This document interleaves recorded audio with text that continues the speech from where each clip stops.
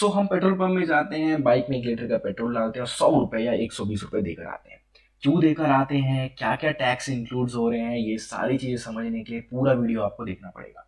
ठीक है, फिर से एक बार रिविजन करवा देता हूं कि क्रूड ऑयल आपको पता है कि ओशन के नीचे में होता है। हम ड्रिल मशीन से क्रूड ऑयल को निकाल लेते हैं और शिप में डाल के इंडिया के कोस्टल एरिया तक पहुंचा देते हैं।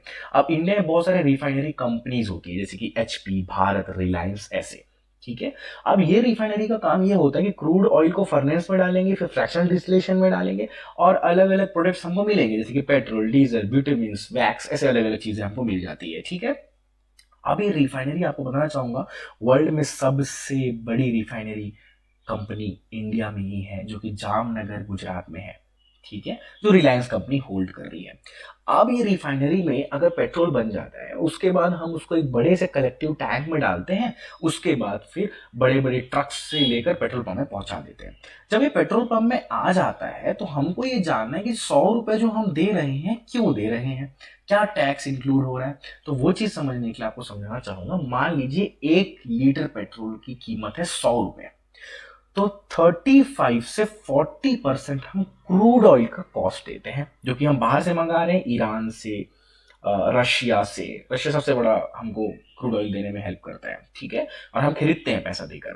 तो क्रूड ऑयल का कॉस्ट है 35 से 40%। फिर रिफाइनिंग कॉस्ट जाता है, रिफाइनिंग फैक्ट्री में रिफाइनिंग हो रहा है उसकी, वो 4 से 6%। ट्रांसपोर्ट और स्टोरेज का 2 से 3%। फिर डीलर कमीशन भी देना पड़ता है, 4 से 3% तक लोग हम देते हैं।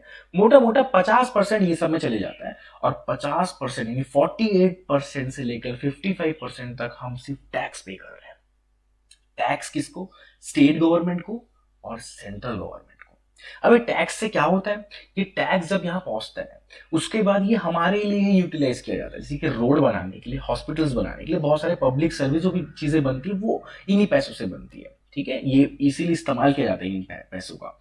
अब ये इस्तेमाल कितना हो रहा है ये हम अलग वीडियो में समझेंगे। अब बेसिकली मुद्दा ये है कि अब हम जो 50% सिर्फ टैक्स पे कर रहे हैं, इसलिए पेट्रोल का रेट इतना हाई है, ऑल बिकॉज ऑफ टैक्स। सो आप लोगों को ये समझ आ गया होगा कि जो हम पैसा दे रहे हैं पेट्रोल पंप में जाके पेट्रोल खरीदने के लिए, वो सिर्फ क्रूड ऑयल का पैसा नहीं है। Crude oil, refining cost, storage cost, transportation और साथ में साथ टैक्सेस भी। Tax central government, state government दोनों को पे कर रहे हैं और बहुत तगड़ी मोटी टैक्स पे कर रहे हैं। ठीक है, अब ये भी अगर जब आप एक डाटा देखोगे 2000 का, 2002, 2004, आपको ये देखने को मिलेगा जो क्रूड ऑयल का प्राइस है वो थोड़ा हाई है और पेट्रोल का प्राइस कम है। ये इसलिए था क्योंकि उस टाइम पे टैक्सेस कम थे।